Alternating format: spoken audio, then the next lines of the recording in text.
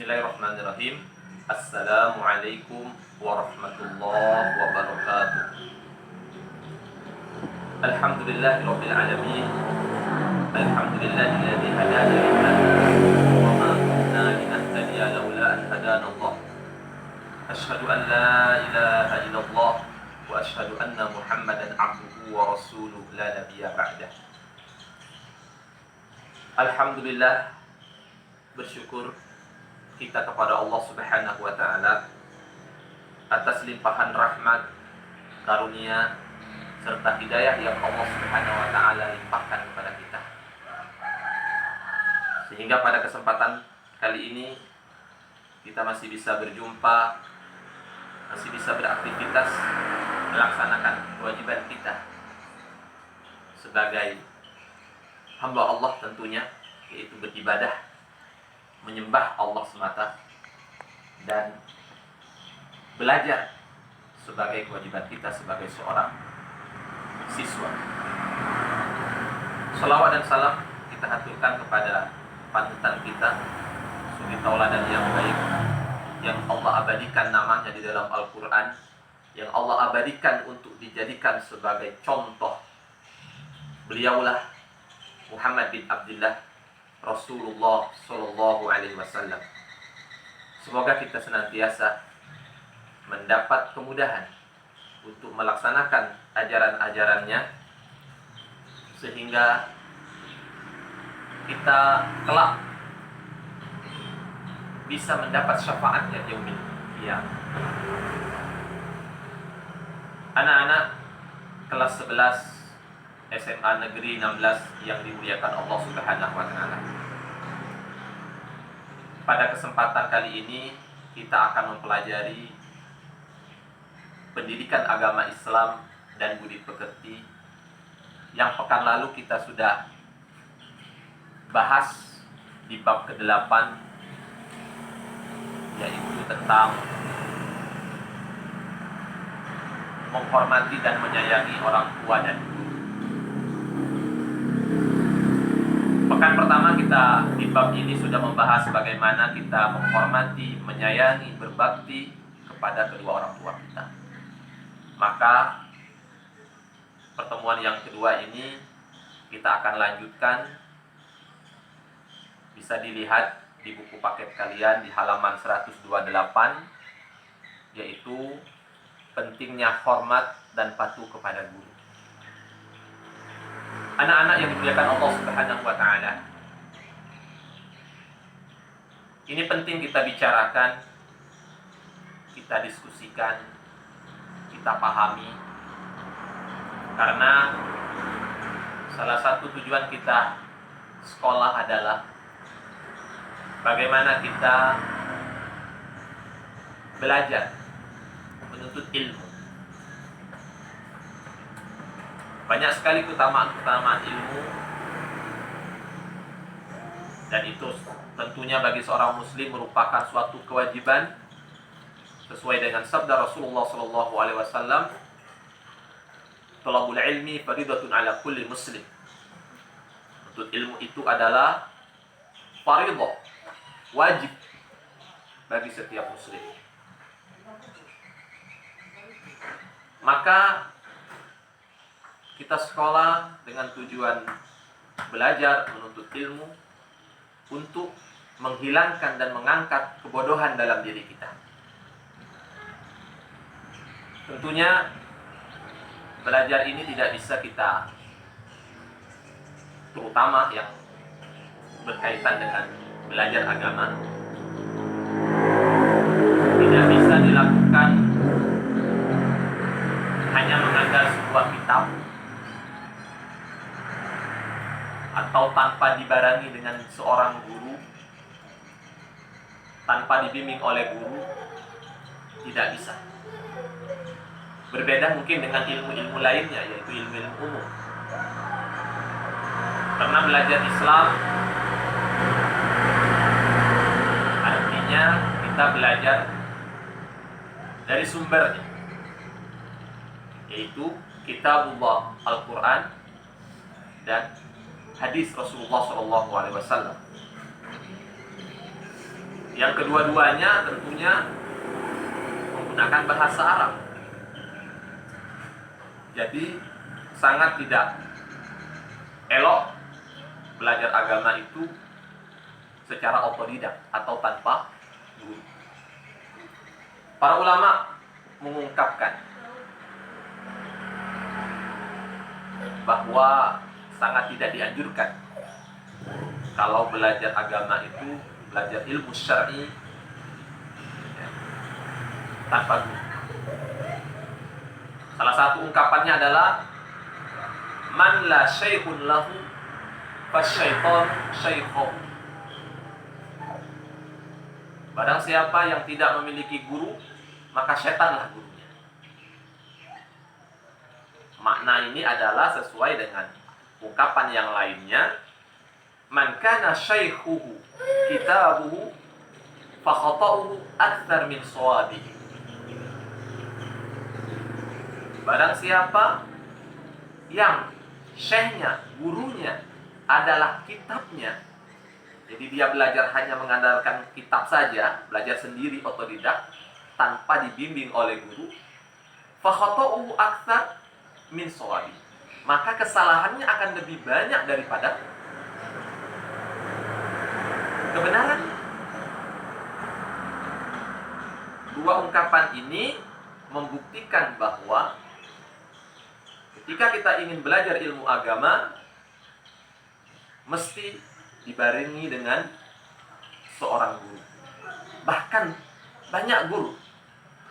Kita ketahui bagaimana silsilah keilmuan para ulama yang mereka belajar dari satu tempat ke tempat yang lain, belajar dari satu guru ke guru yang lain, sehingga silsilah keilmuannya urut. Si fulan, gurunya si fulan, gurunya si fulan, dan gurunya lagi si fulan. Begitulah biografi para ulama. Kalau kita pelajari, mereka selalu belajar dengan guru-guru mereka. Begitu juga murid-murid mereka. Maka poin yang pertama adalah jika kita berbicara tentang belajar, menuntut ilmu, harus dibarengi dengan guru. Yang kedua, ketika kita sudah memahami bahwa menuntut ilmu itu merupakan suatu keniscayaan, suatu kewajiban, dan harus dibarengi oleh guru, apalagi di pelajaran di sekolah ini sangat minim sebenarnya. Kita dalam satu pekan hanya 3 jam pertemuan mempelajari tentang agama Islam secara umum. Tauhid ada di situ, fikih ada di situ, hadis ada di situ, Al-Quran tafsir ada di situ, akhlak ada di situ, campur aduk. Maka nama pelajarannya adalah pendidikan agama Islam. Jadi sebenarnya tidak cukup kalau kita benar-benar ingin menjadi seorang muslim yang baik, yang memahami agama ini dengan benar, hanya di bangku sekolah saja. Maka pada kesempatan kali ini, karena kita sesama muslim, kewajiban kita untuk sungguh-sungguh belajar menuntut ilmu. Maka anak-anakku semuanya, carilah kesempatan dari waktu-waktu kalian untuk menghadiri majelis-majelis ilmu, majelis taklim. Datangi seorang ustadz, belajarlah ilmu. Kenapa ini sangat penting? Karena inilah kelak yang akan menjadi tabungan kita, yang akan bermanfaat bagi kehidupan kita di dunia, bahkan kehidupan kita setelah kita meninggalkan dunia ini. Itu yang disampaikan oleh Rasulullah SAW dalam hadisnya, in qata'a amaluhu, terputuslah amalnya. Kapan? Idza mata ibnu Adam in qata'a amaluhu, ketika telah meninggal anak cucu keturunan Adam, in qata'a amaluhu, terputus sudah amalnya. Karena pada hakikatnya kita beramal itu ya ketika di dunia inilah. Kita bercocok tanam itu di dunia inilah kebunnya. Ketika kita meninggal dunia, ya, tidak ada kesempatan bagi kita untuk melakukan amal, untuk melakukan ibadah. Yang ada hanya menerima balasan. Kalau yang kita kerjakan amal kebaikan ketika di dunia yang kita lakukan, maka kebaikan juga yang akan kita terima. Begitu juga sebaliknya, ketika amal keburukan yang kita kerjakan selama hidup kita di dunia, maka keburukan juga yang akan kita terima sebagai balasan kelak ketika kita sudah meninggal dunia, baik di alam kubur ataupun nanti di alam akhirat. Anak-anakku yang dimuliakan Allah Subhanahu wa Ta'ala, itu poin yang pertama, berbicara tentang ilmu. Yang kedua, selain ilmu, kita mesti dibarengi dengan adab. Maka Rasulullah SAW dalam hadisnya, salah satu tujuan diutusnya Rasulullah itu adalah untuk menyempurnakan akhlak. Innama bu'ithu liutammima makarimal akhlak. Tidaklah aku diutus melainkan untuk menyempurnakan akhlak. Kita ketahui bagaimana akhlak kaum jahiliyah sebelum Islam datang, sebelum Rasulullah SAW mendakwahkan agama Islam ini, hancur, membunuh, merampok, berzina, dan lain sebagainya, minum-minuman keras. Itu yang dilakukan oleh kaum jahiliyah. Siapa yang kuat, dia yang berkuasa. Itu kebiasaan kaum jahiliyah. Rasulullah SAW selain untuk mengajak manusia mengesahkan Allah Subhanahu wa Ta'ala, juga diperintahkan untuk menyempurnakan akhlak manusia. Maka anak-anakku yang dimuliakan Allah Subhanahu wa Ta'ala, yang kedua ini adalah adab, akhlak. Dalam pepatah Arab menyebutkan, laisal jamalu bi athwabin tuzayyinuna, innal jamala jamalul ilmi wal adab. Bukanlah kecantikan, keindahan itu dengan pakaian yang menghiasi diri kita.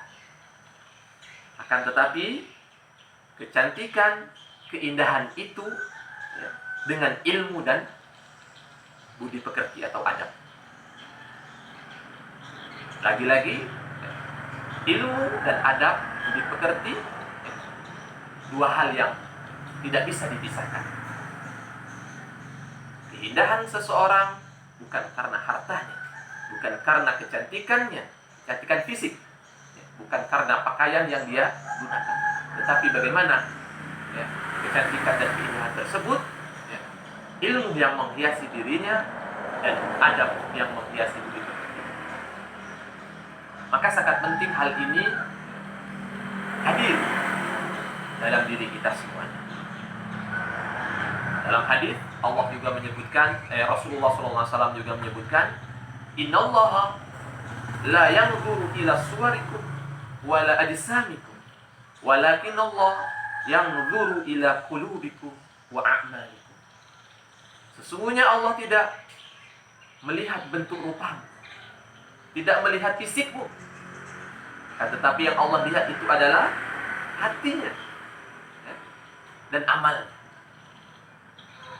Akhlak itu berkaitan dengan hati, akhlak itu berkaitan dengan amal perbuatan kita, ucapan kita. Maka sudah sangat penting ketika kita belajar menuntut ilmu, kita juga harus memperhatikan dan memperbaiki akhlak kita. Salah satu akhlak kita yang terpenting, bagaimana kita bisa menghormati dan menghargai guru-guru kita. Bagaimana kita bisa menghormati dan menghargai ustadz-ustadz kita, kiai-kiai kita, ulama-ulama kita. Ini materi kita pada kesempatan kali ini. Ya. Maka ilmu dan adab mesti beriringan, tidak bisa dipisahkan. Kembali ke awal, anak-anakku yang dimuliakan Allah Subhanahu wa Ta'ala, pentingnya ilmu dan adab ini ya, Allah sebutkan di dalam Al-Quran surat Al-Mujadalah ya, di ayat ke-11. Bagaimana Allah akan mengangkat derajat orang yang beriman dan berilmu. Allah sebutkan ya, dalam surat Al-Mujadalah, ba'da an a'udzu billahi minasy syaithanir rajim, ya ayyuhalladzina amanu idza qila lakum tafassahu fil majalisi fafsahu yafsahillahu lakum wa idza qila anshuzu fanshuzu yarfa'illahu alladhina amanu minkum walladhina utul ilma darajat wallahu bima ta'maluna khabir.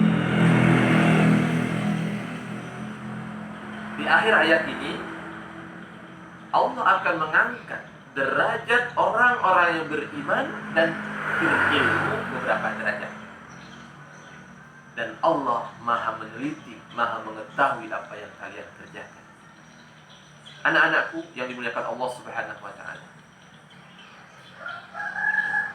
ilmu, iman, ilmu, dan amal suatu hal yang sangat penting dalam kehidupan kita. Bagaimana diawali dengan keyakinan, dilanjutkan dengan ilmu, kemudian kita buktikan dengan amal. Apa yang kita yakini, apa yang kita pahami, kita buktikan dengan amal. Iman, ilmu, dan amal.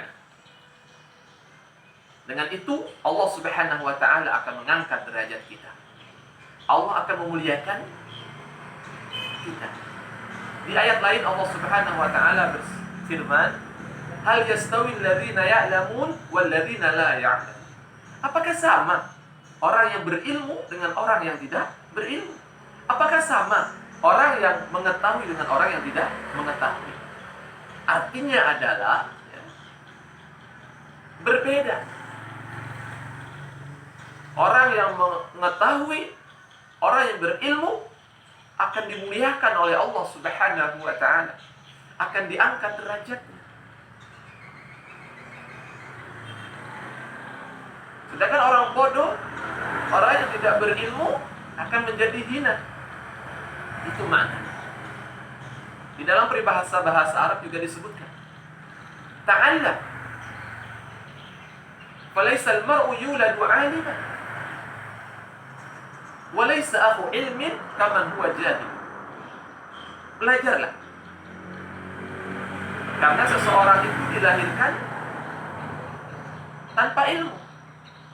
Tidak ada orang yang dilahirkan ke dunia ini tiba-tiba ya, berilmu, menjadi tahu, menjadi pintar. Tidak. Tetapi harus dengan belajar. Walaysa ahu ilmin kaman huwa jahil. Dan orang yang berilmu itu tidak sama seperti orang yang jahil, yang tidak berilmu. Maka jangan malas-malas untuk belajar. Coba kita lihat diri kita. Apakah kita ketika lahir langsung tahu apa itu A, B, C? Bisa membaca? Bisa menulis? Tidak. Apakah kita kenal dengan alif, ba, ta, sa? Bisa kita ngaji? Apakah kita tahu apa itu rukun iman, rukun Islam? Semuanya itu kita lalui, kita ketahui ketika kita telah melalui proses yang namanya belajar. Maka disinilah kita dituntut untuk senantiasa belajar. Maka anak-anakku yang dimuliakan Allah Subhanahu wa Ta'ala, ya, jangan sampai kita bosan untuk menimba ilmu. Dan yang kedua tadi, ya, harus dibarengi dengan adab. Karena ketika kita tidak bisa menghormati dan menghargai guru kita, mustahil ilmu yang kita dapatkan itu akan penuh dengan keberkahan. Salah satu faktor kita tidak bisa menerima pelajaran dengan baik, tidak mendapatkan ilmu dengan sempurna, yaitu ketika kita tidak mendapat ridho dari guru yang mengajarkan kita. Maka perbaiki akhlak kita, perbaiki hubungan kita dengan guru, adab kita, bagaimana kita menghormati, menghargainya. Dan ini yang disebutkan oleh Imam Syafi'i dalam syairnya. Ada 6 syarat, ya. Salah satunya adalah wasuhbatul ustaz. Kata Imam Syafi'i, ya akhi, lan tanala al-ilma illa bisittatin. Sa'unbika an tafsiliha bi bayan. Zakaun wa hirsun wa ijtihadun. Kemudian wa dirham wa suhbatul ustaz wa tuluz zaman. Kata Imam Syafi'i, wahai saudaraku, kamu tidak akan mendapat ilmu kecuali dengan 6 syarat, dan akan kujelaskan rinciannya kepadamu. Yang pertama apa? Kecerdasan, zakaun. Yang kedua, wahirsun, rakus. Jadi kita harus rakus dengan ilmu. Namanya menuntut itu kita harus bergerak, berusaha, bukan diam. Harus aktif, rakus.